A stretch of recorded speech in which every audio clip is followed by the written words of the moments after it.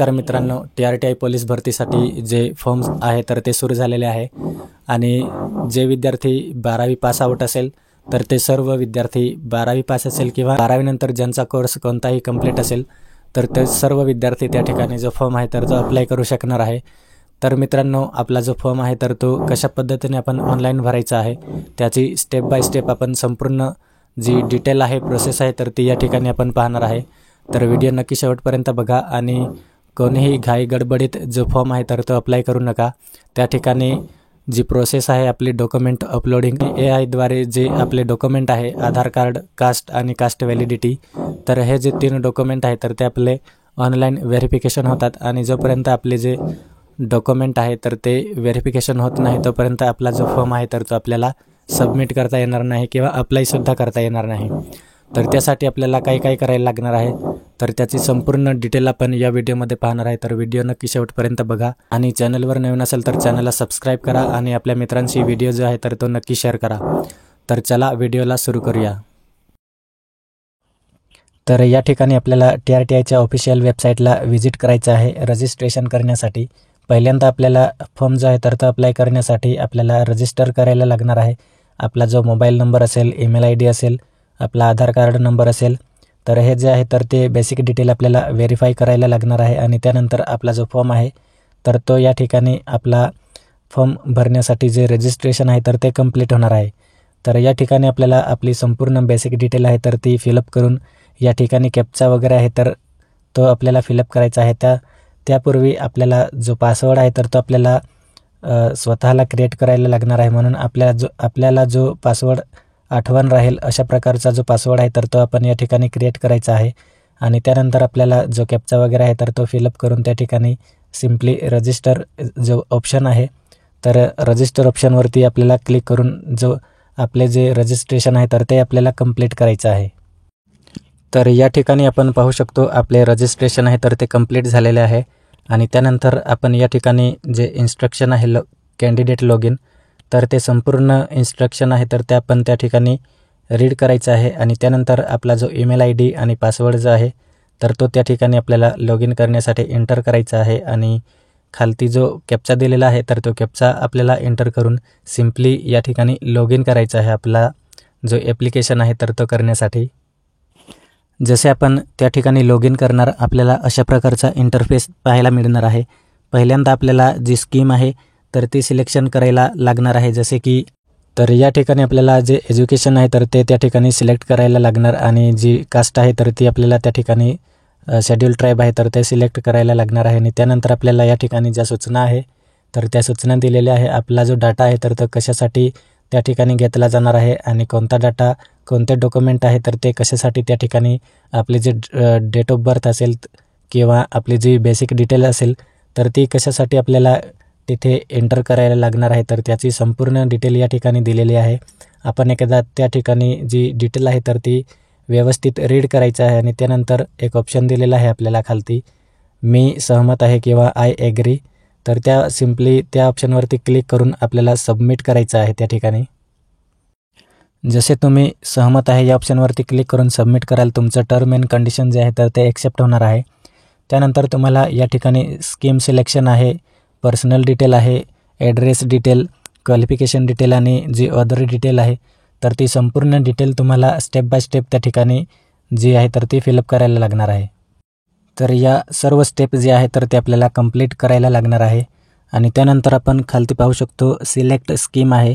तर जी स्कीम आहे तर त्यानंतर आपण जे आपले क्वालिफिकेशन आहे सिलेक्ट हाय क्वालिफिकेशन, तर ते आपल्याला त्या ठिकाणी 10th आणि 12thची जी डिटेल आहे तर ती आपल्याला त्या ठिकाणी भरायची आहे किंवा पहिल्यांदा आपल्याला त्या ठिकाणी 12th बेसवर आपण त्या ठिकाणी जो फॉर्म आहे तर तो अप्लाय करणार आहे, म्हणून HSC 12th ग्रेड जे आहे तर तो ऑप्शन आपल्याला सिम्पली त्या ठिकाणी सिलेक्ट करायचा आहे।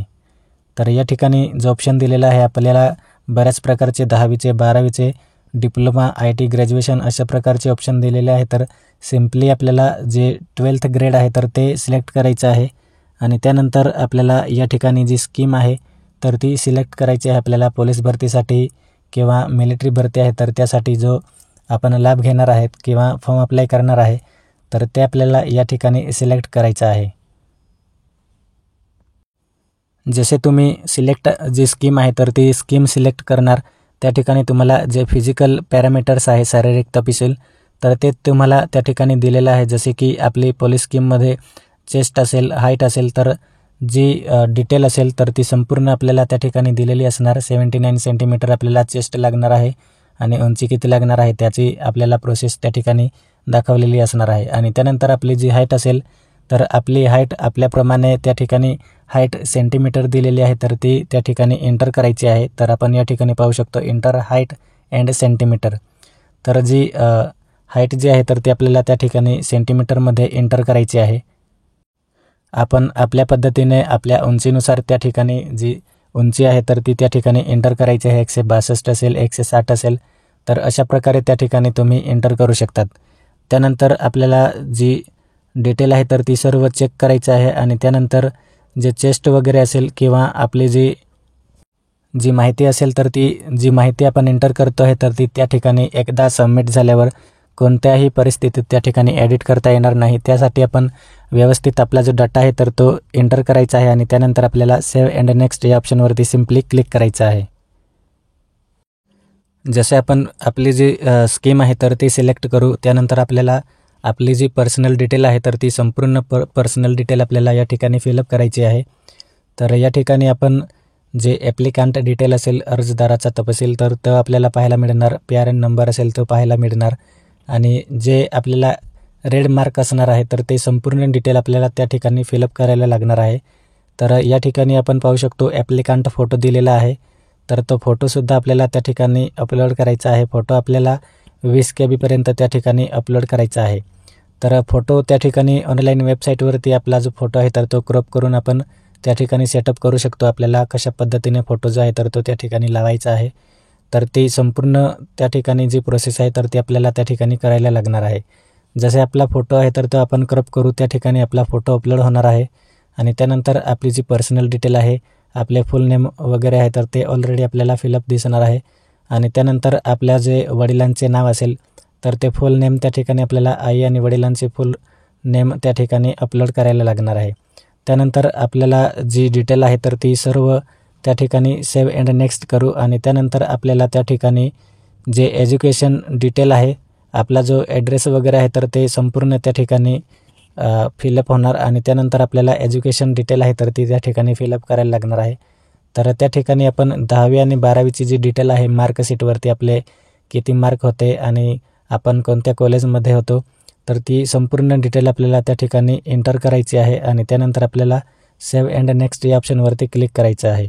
त्यानंतर आपल्याला अदर डिटेलमध्ये आपला जो कास्ट असेल, डोमासाईल असेल आणि जी व्हॅलिडिटी असेल आणि इन्कम सर्टिफिकेट असेल तर त्यांची जे बारकोड नंबर असतात तर ते आपल्याला त्या ठिकाणी एंटर करायला लागणार आहे आणि त्यानंतर कोणत्या डिस्ट्रिक्टमधून आपण इश्यू केलेलं आहे तर ते आपल्याला त्या ठिकाणी एंटर करायला लागणार आहे. तर डोमासाईल असेल, कास्ट व्हॅलिडिटी आणि इन्कम सर्टिफिकेट, तर त्या सर्व डॉक्युमेंटवरती आपल्याला बारकोडचा नंबर दिलेला असतो आणि आपण कोणत्या जिल्ह्यातून जो डॉक्युमेंट आहे तर तो इश्यू केलेला आहे तर ती जी डिटेल आहे तर ती त्या ठिकाणी आपल्याला एंटर करायला लागणार आहे. जशी आपली जी पूर्ण माहिती आहे तर ती आपण एंटर करू. आपल्याला सिम्पली सेव्ह अँड नेक्स्ट या ऑप्शनवरती क्लिक करायचं आहे.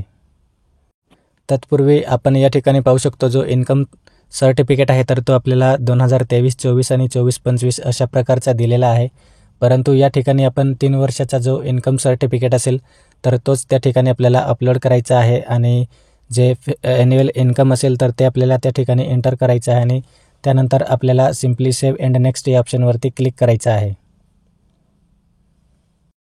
जसे आपण सेव्ह अँड नेक्स्ट या ऑप्शनवरती क्लिक करू, आपला जो अदर डिटेल होता तर तो त्या ठिकाणी सक्सेसफुली सेव्ह झालेला आहे आणि पुढची जी प्रोसेस आहे तर ती आहे डॉक्युमेंट अपलोड.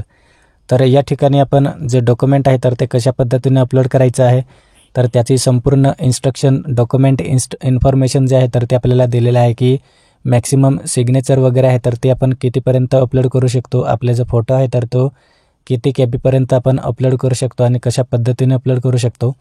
तर ह्या ज्या सर्व स्टेप आहे तर त्या कंप्लीट होऊन आपली जी लास्ट स्टेप आहे अपलोड डॉक्युमेंट, तर त्याची संपूर्ण इन्फॉर्मेशन आपल्याला या ठिकाणी दिलेली आहे. कशा पद्धतीने AI आहे तर ते आपले डॉक्युमेंट चेक करणार आहे.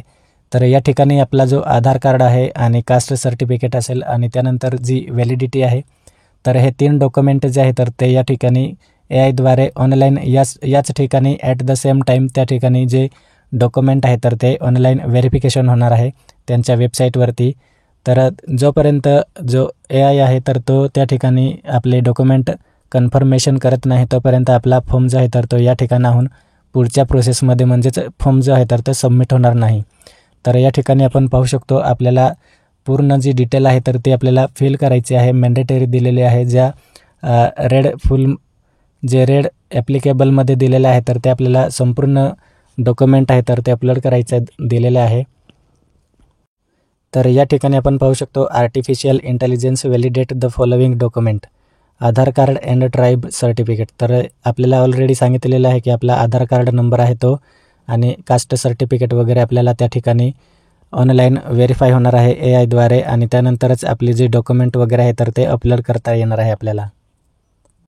तर या ठिकाणी आपण पाहू शकतो मी या ठिकाणी आधार कार्ड जो आहे तर तो अपलोड करत आहे. तर जे AI आहे तर ते माझा आधार कार्ड जो आहे तर तो त्या ठिकाणी व्हॅलिडेट करत आहे, म्हणजेच ऑनलाईन व्हेरीफाय करत आहे. माझा आधार कार्ड नंबर जोपर्यंत व्हेरीफाय होणार नाही तोपर्यंत या ठिकाणी माझा फॉर्म जो आहे तर तो सबमिट होणार नाही. तर अशा प्रकारे आपला आधार कार्ड असेल तो आणि आपला कास्ट सर्टिफिकेट आणि कास्ट व्हॅलिडिटी आहे, तर हे 3 डॉक्युमेंट आहे तर ते ऑनलाईन व्हेरीफाय होणार आहे आपले आणि बाकीचे जे डॉक्युमेंट आहे तर ते नॉर्मली त्या ठिकाणी अपलोड होणार आहे. तर आपल्याला या ठिकाणी रिक्वेस्ट आहे की आपला आधार कार्ड आणि कास्ट सर्टिफिकेट आणि कास्ट व्हॅलिडिटी तर हे 3 डॉक्युमेंट आपल्याला त्या ठिकाणी व्यवस्थित आपल्या मोबाईलमध्ये स्कॅन करायचा आहे आणि त्यानंतरच आपला जो फॉर्म आहे तर तो आपल्याला अप्लाय करायचा आहे.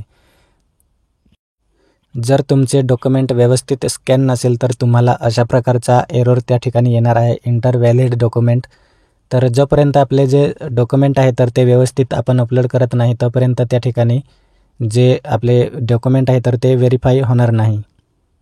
तर अशा प्रकारे आपण या ठिकाणी पाहू शकतो आपले जे नॉर्मल डॉक्युमेंट आहे तर ते त्या ठिकाणी अपलोड झालेले आहे आणि आपला आधार कार्ड आहे आणि कास्ट आणि जी व्हॅलिडिटी आहे तर ती त्या ठिकाणी अपलोड झालेली नाही, म्हणजेच AI द्वारे त्या ठिकाणी कन्फर्म झालेली नाही किंवा व्हेरीफाय झालेली नाही. म्हणून आपण जे डॉक्युमेंट आहे 3 तर ते व्यवस्थित स्कॅन करायचे आहे आणि त्यानंतर या ठिकाणी अपलोड करायचे आहे. जसे तुमचे डॉक्युमेंट अपलोड होतील त्या ठिकाणी आपल्याला सेव्ह अँड नेक्स्ट ऑप्शन दिलेला आहे, त्यावरती सिम्पली क्लिक करून आपला जो फॉर्म आहे तर त्याचा प्रिव्ह्यू त्या ठिकाणी आपण पाहायचा आहे आणि त्यानंतर आपला जो फॉर्म आहे तर तो सबमिट करायचा आहे. तर अशा प्रकारे या ठिकाणी आपण जो फॉर्म आहे तर तो ऑनलाईन करू शकतो. तर आय होप मित्रांनो आपल्याला व्हिडिओ आवडला असेल आणि व्हिडिओ आवडला असेल तर नक्कीच लाईक करा. थँक्यू.